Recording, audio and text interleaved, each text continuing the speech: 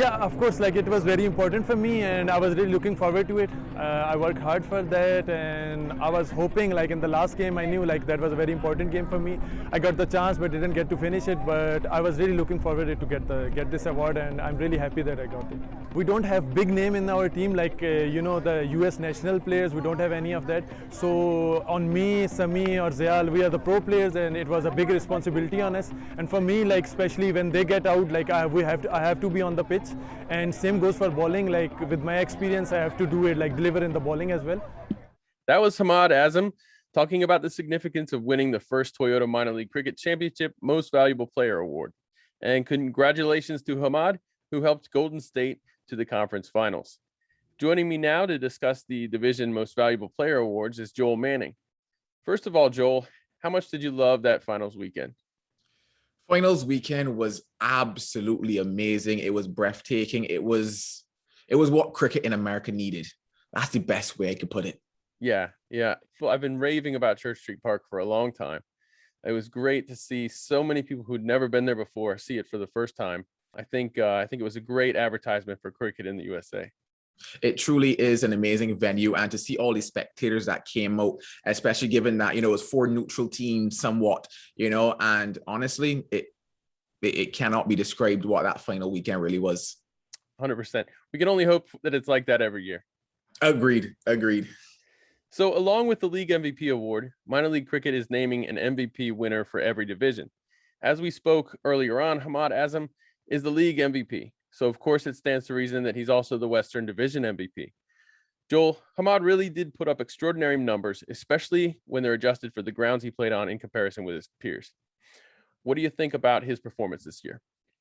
His performance certainly does stand out in that Western Division. 411 runs. He also took 12 wickets, but what was really interesting was that strike rate of his going at 180 plus 184 he was going at across the 17 matches, and that certainly is a number that stands out, especially in T20 cricket. So for me, his performance consistently throughout the tournament definitely deserved the recognition of MVP.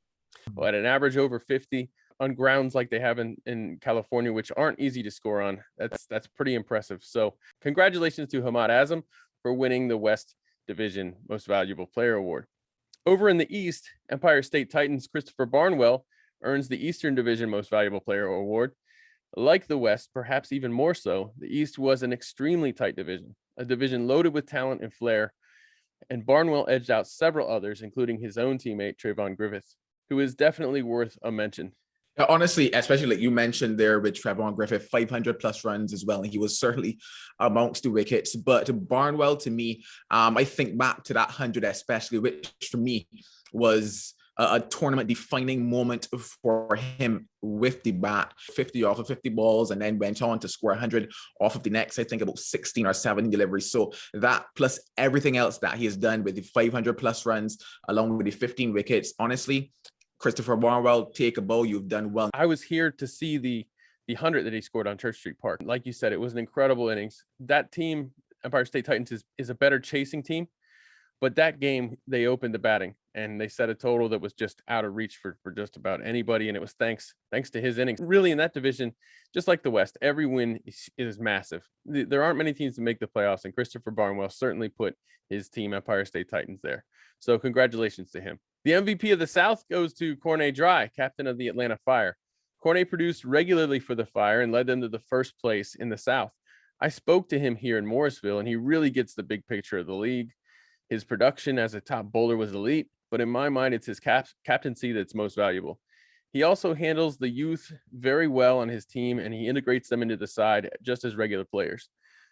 Joel, it's certainly worth mentioning Jaskaran Malhotra of the Cardinals, but I think Corney is well deserving of this award. I agree. Jaskaran did well in a tournament. You never know what he could have gone on to do if it wasn't a case of him having to go across to play with the USA team. But Corney Dry definitely deserves his flowers in the Southern Division. 30 wickets and an average of 14.07. But what was also very crucial was that economy rate of just over 7, and it's special to have a bowler receiving that MVP award, because when we look down the table, we see a lot of batsmen, receiving that MVP, or a lot of all-rounders for that matter, actually. So to see Cornet come out, and as you mentioned, that captaincy as well, taking Atlanta Fire almost to finals weekend, Cornet certainly deserves it. He did it bowling himself in a lot of the tougher moments too.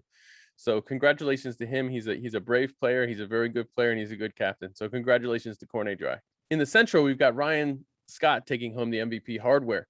The first player in the league with 2 centuries. Ryan's Michigan Cricket Stars fell just short of the playoffs, but they were phenomenal, and he certainly led the way. A USA eligible player at 25, having lived in the United States since the age of 18. I have to believe he's on the short list for a call-up. Joel, what do you think about this pick? Ryan Scott, honestly, I did not know much about him coming into this tournament, but watching him bat, watching the brutal force with which he bats, because strike rate of over 180, 446 runs in the tournament. And you mentioned, 2 centuries, the only batsman to have 2 centuries in this tournament. I was fortunate to watch one of those across the live stream, ball by ball, and he certainly stood out in my mind as someone for the future. So Ryan really has a bright future ahead of him if he can continue in this form, and I definitely look forward to see what he's doing. Both he and the Cricket Stars seem to have a bright future. I look forward to seeing what he can do, and I look forward to someday seeing him on the international stage. And that will do it. Congratulations to our winners, and don't forget to tune in to Emerging Cricket's Minor League Cricket Show.